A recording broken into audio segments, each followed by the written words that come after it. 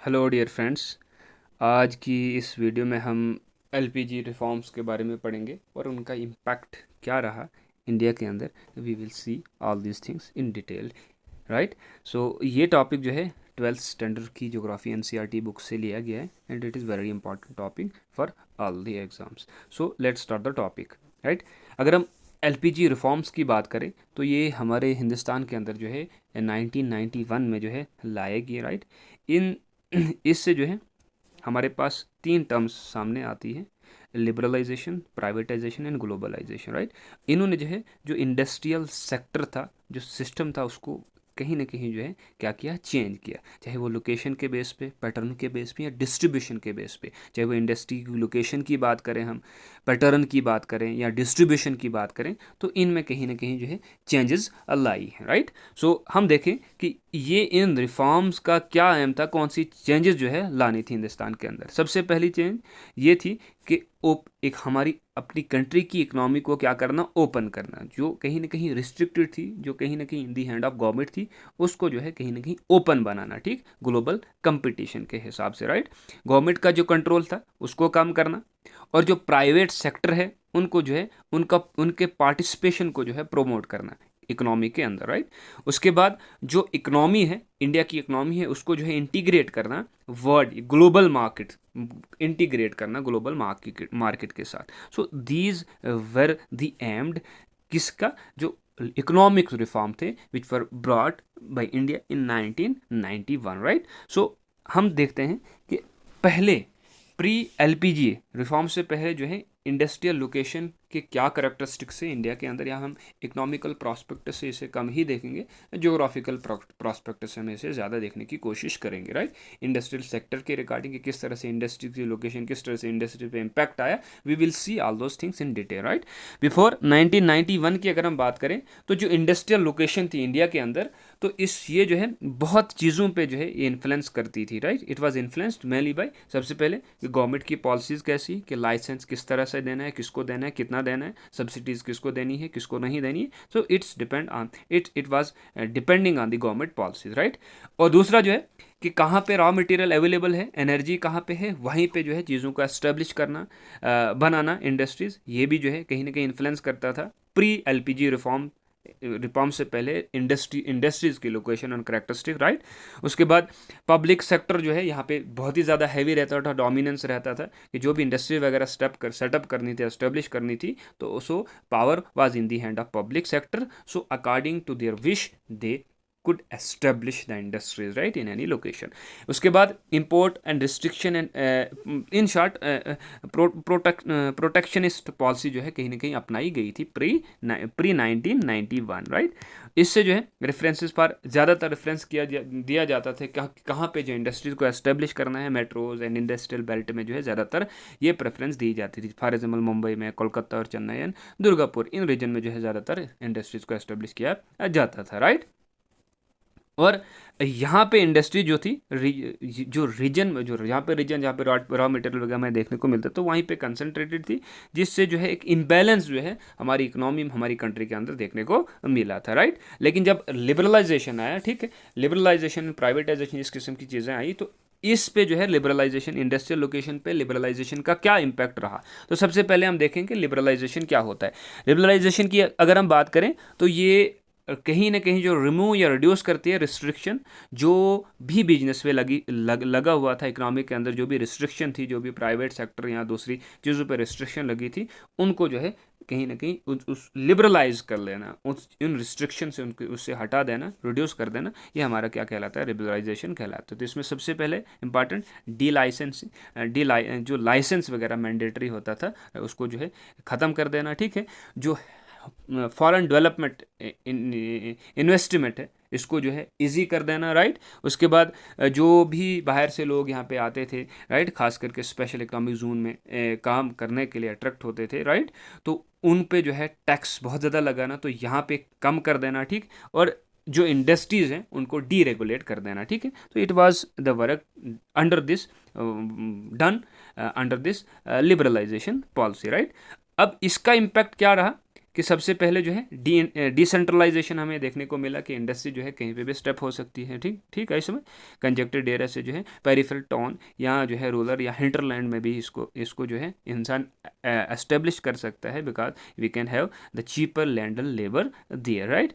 Flexible location, कहीं पे भी इंसान जो है no longer bound by the government licensing and restriction, right. उसके बाद जो स्पेशल इकोनॉमिक्स जोन है ये राइज हुए, और इन यहाँ पे जो है इंडस्ट्रियल क्लस्टर हमें देखने को मिलते हैं, जैसे आपका न्यू हब एग्जांपल के तौर पर नोएडा है, गुरुग्राम है, पुणे है, हैदराबाद है, सूरत है, इस किस्म के जो है नए सेक्टर देखने को मिले। और टायर 2 जो सिटीज़ हैं उनकी ग्रोथ, जैसे इंदौर वगैरह है, इनकी ग्रोथ हमें देखने को मिलती है किसके अंडर, इंडस्ट्रियल सेंटर के अंदर, राइट। अब हम देखते हैं कि प्राइवेटाइजेशन का कैसा इंपैक्ट रहा इंडस्ट्रियल लोकेशन पे। तो प्राइवेटाइजेशन की अगर हम बात करें तो जहाँ पे जो है पावर को ट्रांसफ़र किया गया, ठीक है, जो ओनरशिप है पब्लिक से किनके हाथों में, प्राइवेट प्लेयर के हाथों में। और इसका इम्पैक्ट क्या रहा कि यहाँ पे जो है रिसोर्सेज का अच्छी तरह से यूटिलाइजेशन होने लगा, राइट, या अच्छी तरह से जो है यूटिलाइज करने लगी रिसोर्सेज को, ठीक। They brought different and new innovations, right, in location strategy, right. और ये जो है ज़्यादातर फोकस करने industrial park, technology hubs and logistic park पे, राइट। एग्जांपल के तौर पे देखें कि इंफॉर्मेशन टेक्नोलॉजी फॉर्म या बीपीओज इमर्जिंग इन जो बेंगलुरु में, हैदराबाद और पुणे में, राइट। तो यहाँ पे स्किल्ड लेबर देखने को मिले और इन्होंने जो है सिस्टम को बहुत ही अच्छे से बूस्ट अप किया। प्राइवेट इंफ्रास्ट्रक्चर इन्वेस्टमेंट की बात करें, रोड में, पावर एंड इंडस्ट्रियल इस्टेट्स, हर जगह जो है हमें प्राइवेट ही देखने को मिलता है। उसके बाद हमारे पास दूसरा कंसेप्ट रहता है कि किस तरह ग्लोबलाइजेशन का कौन सा इम्पैक्ट जो है इंडस्ट्रियल लोकेशन पे रहा। तो ग्लोबलाइजेशन की अगर हम बात करें तो यहाँ पे जो है कंट्री को मतलब जो है नेशनल इकोनॉमी को जो है वर्ल्ड कंट्री के साथ जो है वर्ल्ड इकोनॉमी के साथ क्या करना, को रिलेट करना या इंटीग्रेट कर लेना, ठीक है इसमें। तो ये जो है कैसे हो सकता है, free trade, cross border investment हम कर सकते हैं, इंटरनेशनल कोऑपरेशन कर सकते हैं, टेक्नोलॉजी एक्सचेंज कर सकते हैं। अब इसका इम्पैक्ट क्या रहा है, एक्सपोर्ट ओरिएंटेड इंडस्ट्री रही, तो ज़्यादातर जो है इंडस्ट्रीज स्पोर्ट्स और स्पेशल इकोनॉमिक जोन में ही एस्टेब्लिश होने लगी, ताकि वहाँ से जो है चीज़ें बाहर आसानी से भेज सकें, राइट। उसके बाद ह्यूमन डेवलपमेंट इन्वेस्टमेंट जो है बहुत ज़्यादा देखने को मिलता है, राइट। उसके बाद जो है इंटरनेशनल मार्केट जो है कहीं ना कहीं नज़दीक देखने को मिले, ग्लोबल सप्लाई चेन जो है वो बढ़ गई, logistic hub and economic corridor जो है बहुत ज़्यादा बने, right. Cluster based industrial development देखने को मिले हम, जैसे हमने नोएडा और बहुत सारी गुड़गांव वगैरह हमने देखा। राइज ऑफ इंडस्ट्रियल कॉरिडोर, जैसे दिल्ली मुंबई इंडस्ट्रियल कॉरिडोर है, बेंगलोर चेन्नई कॉरिडोर है with state of art and connectivity and logistic, ये सब चीज़ें हमें देखने को मिली इसके अंदर। अब हम देखते हैं कि अब इंडस्ट्रियल लोकेशन में जो है उसका जो पैटर्न, उसमें हमें चेंजेस देखने को मिली due to the LPG reforms, right.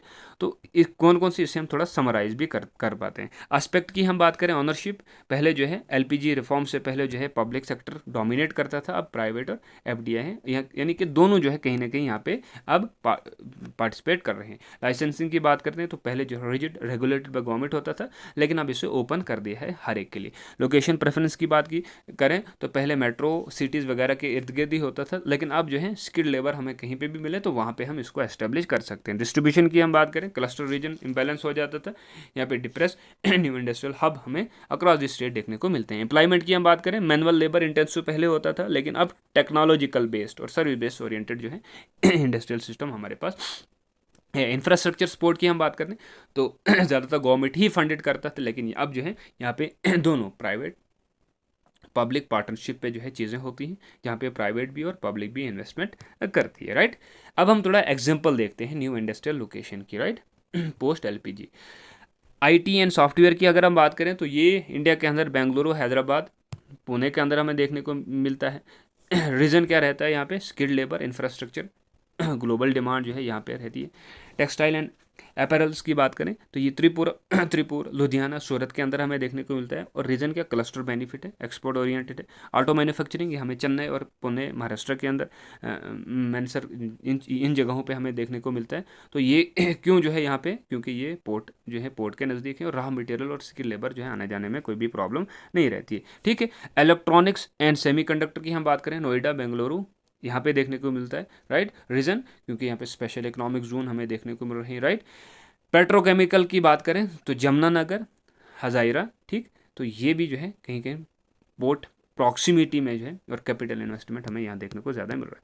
अब ये कुछ हमें चीज़ें थी जो इसके रिगार्डिंग। अब हम देखते हैं कि चैलेंजेस, कि कौन सी चैलेंजेस जो है जो एलपीजी रिफॉर्म के तहत इंडस्ट्रियल लोकेशन के जरिए के रिलेटेड हमें देखने को मिली है। सबसे पहले कि रीजनल डिस्पैरिटीज़ बहुत ज़्यादा इंक्रीज हुई, बैकवर्ड एरिया जो है बैकवर्ड ही रह गए, लैग बिहाइंड रह गए हैं, ठीक है। अर्बन इंफ्रास्ट्रक्चर की बात करें तो माइग्रेशन की वजह से जो अर्बन इंफ्रास्ट्रक्चर है उस पर बहुत ज़्यादा प्रेशर बढ़ रहा है।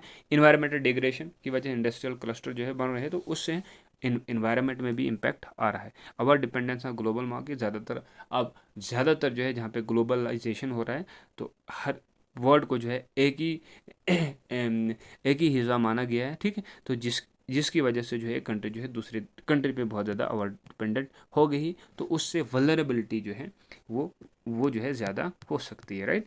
अब हम देखते हैं कि कुछ इनिशिएटिव जो गवर्नमेंट ने उठाए हैं पोस्ट एलपीजी, ताकि जो है एक बैलेंस इंडस्ट्रियल ग्रोथ को इंश्योर किया जाए। सबसे पहले मेक इन इंडिया, राइट, उसके बाद स्टार्टअप इंडिया, पीएम गति शक्ति योजना, प्रोडक्शन लिंक्ड इंसेंटिव स्कीम, ठीक है, smart cities mission, development of industrial corridor, promotion of MSMEs and rural industrialization, right? So these were the initiatives initiated by the Indian government, right, presently, ठीक।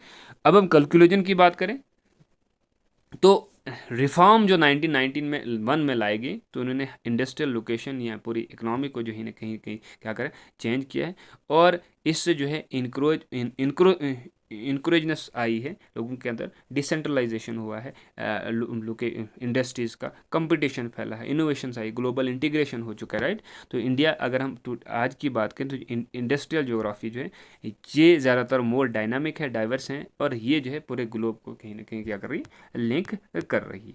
सो this is the flow charts regarding this topic, liberalisation, privatisation, globalisation, और इसका impact जो है industrial location में क्या है, right. अब हम थोड़ा इसके एमसीक्यूज देखते हैं one by one.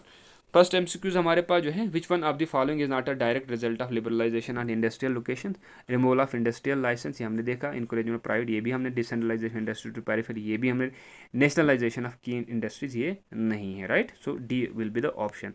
Statement based globalisation lead to increase FDI inflow in India, ये हमने देखा। FDI has concentrated industries around metropolitan city, नहीं, ये हमने बाकी सिटीज़ में, टायर 2 सिटीज़ में भी हमें देखने को मिला। इट्स मीन्स दूसरा स्टेटमेंट जो है वो कहीं ना कहीं गलत है, राइट।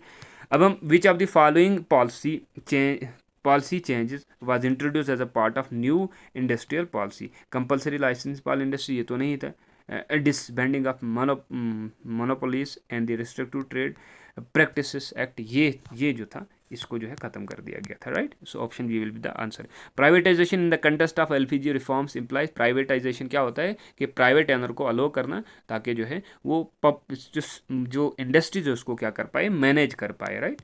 उसके बाद स्पेशल इकोनॉमिक जोन की बात करें, वो develop in India primary too, ताकि जो है वो अट्रैक्ट करें, राइट, क्या करें, प्रमोट करें एक्सपोर्ट ओरिएंटेड इंडस्ट्रियल ग्रोथ को, ठीक। उसके बाद क्वेश्चन नंबर 6 जो, identify the correct sequence LPG policy lead two days growth of non metropolitan industries cluster, ये जो है क्या करता है, डिसेंट्रलाइजेशन इंडस्ट्रीज करता है, राइट, ताकि जो है नॉन मेट्रोपॉलिटन इंडस्ट्रीज सेक्टर जो है वो भी क्या करें, ग्रो कर पाएँ, राइट।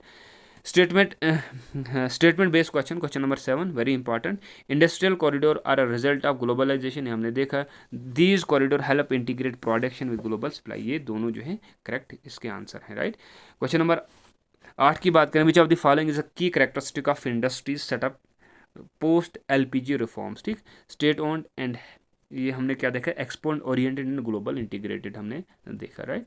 उसके बाद question number, which tier of cities witness industrial growth due to the LPG policy and rising cost in the metro cities, वो हमने टायर 2 सिटीज़ में वो हमने ये चीज़ें देखी। लास्ट क्वेश्चन जो है, विच of the following was the direct impact of privatisation industrial infrastructure, ठीक है। तो प्राइवेटाइजेशन का हमने क्या देखा कि emergence of PPP, public private partnership model जो है हमें ज़्यादातर देखने को, जहाँ पे जो है पब्लिक भी और प्राइवेट भी मिलजुल के काम कर रहे हैं, right. So this was regarding this topic, I hope आपको इसमें से हर चीज़ जो है समझ आ चुकी है, right. So this topic is very important for every exam, so thank you so much.